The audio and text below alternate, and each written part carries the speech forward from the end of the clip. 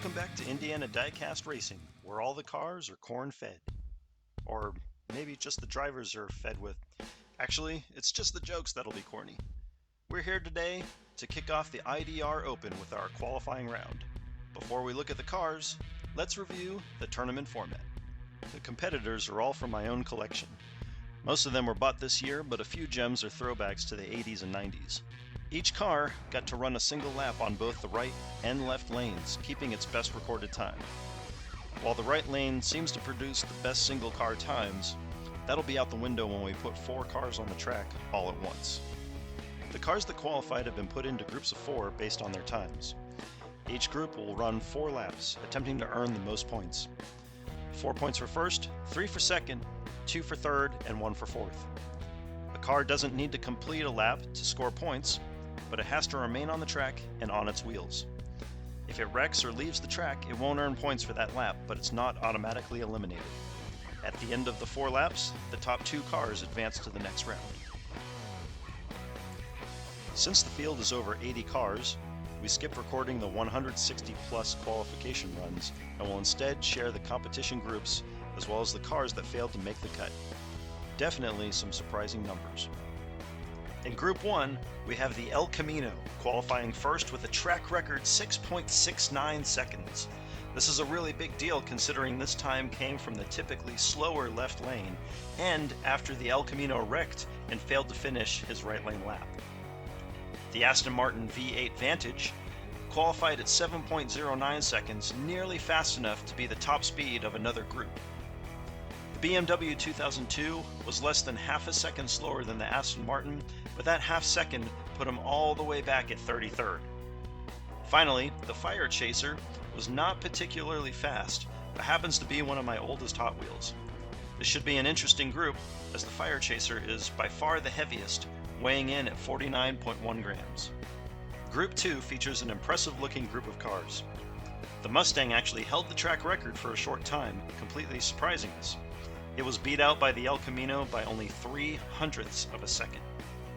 Also featured in this group is the 1996 Porsche Carrera, the Dodge Challenger drift car, and the Nova in red. I gotta believe the driver of the Mustang will have his work cut out for him, as his car is the lightest in the group, and that speed advantage may not be enough to keep him on the track if he can't take an early lead. Group 3 is a colorful combination of cars from Germany, Italy, and Japan.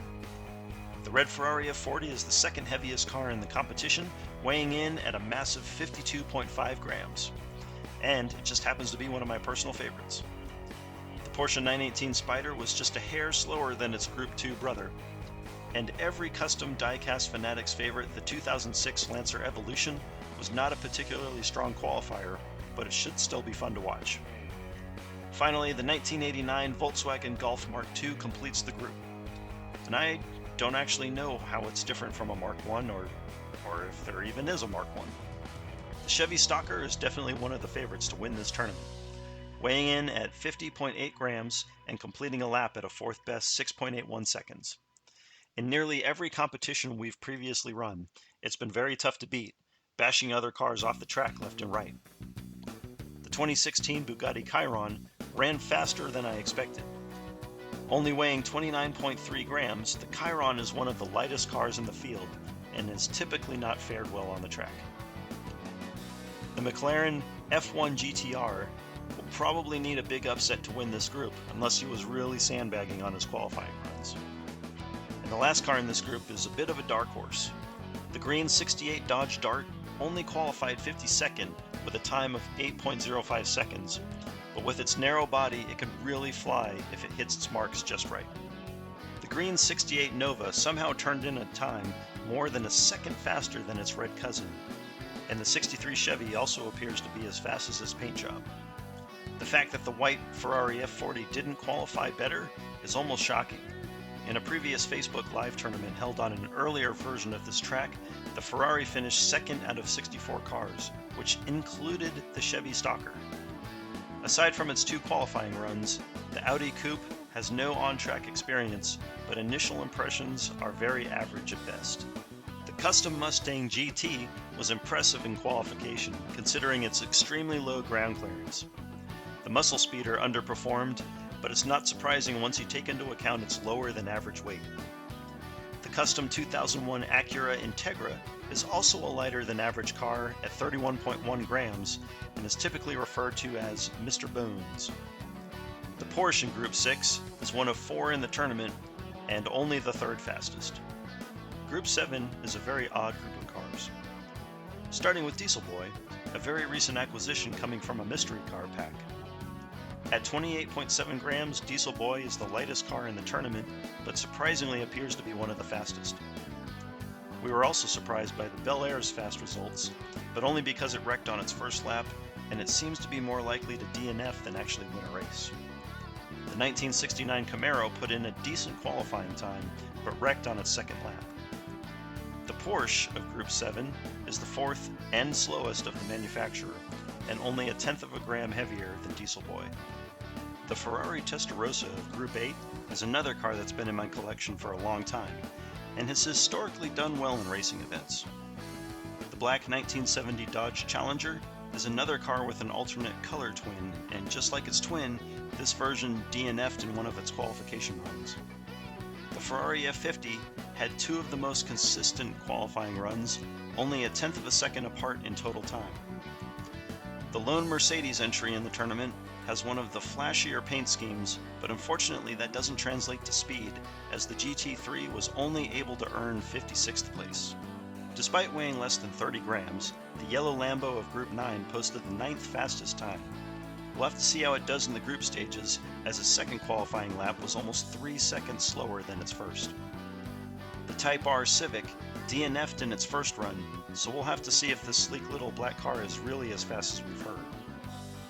Group 9 has the only truck in the tournament, a Mazda I originally bought intending to scrap for its wheels. The Ferrari 355 also surprised us with its lack of performance. Only a year or two ago, this car won a massive drag race tournament. I expect it to move out of the first group stage with an easy win. Group 10 could be dubbed the Battle of Red versus Gray, and it's an odd mix of new and old cars. The Banshee is another of the cars I've owned for years and usually runs fast, but struggles to roll in a straight line. Robocar and the Bluebird are both 2020 purchases, and while neither has really been tested, neither seem particularly fast.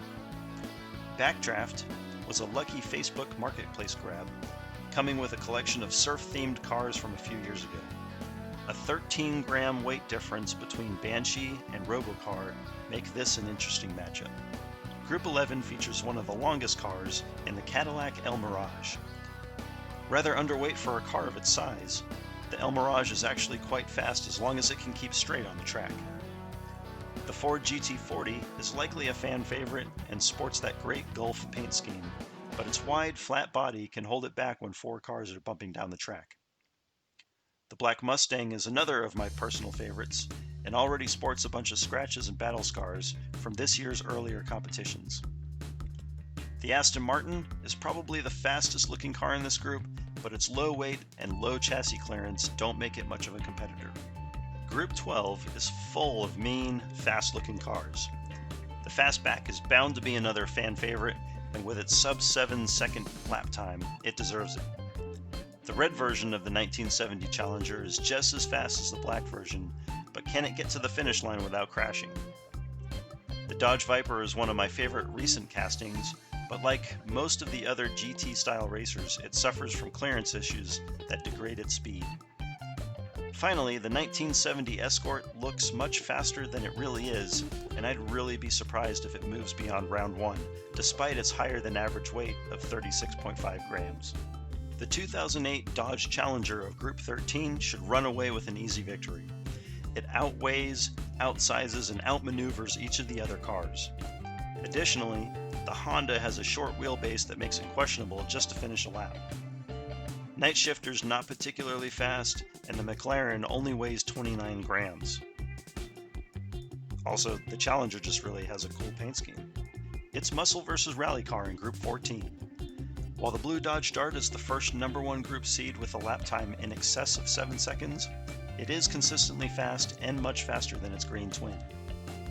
The Volkswagen could be stiff competition, as its times are nearly as fast and just as consistent.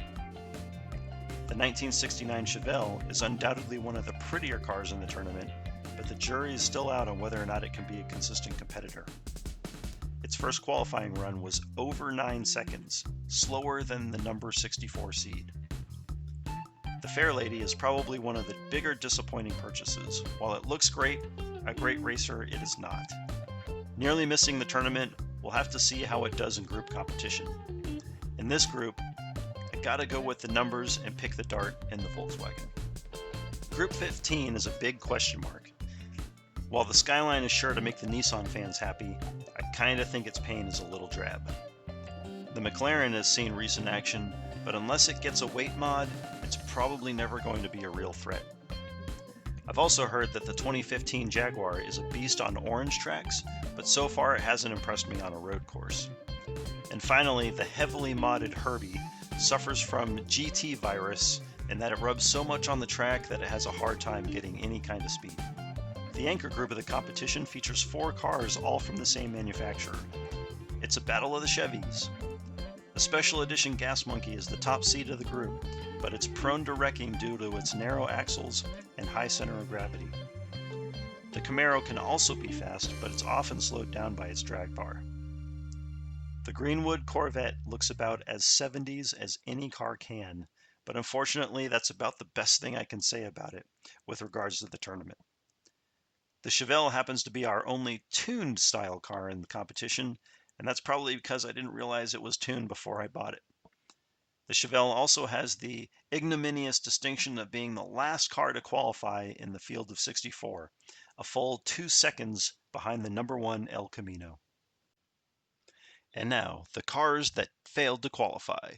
We have the Fast Feline, the Mazda Miata, the Custom 15 Ford Mustang, the Solar CX-4, the 2017 Camaro ZL1, and the McLaren 720S.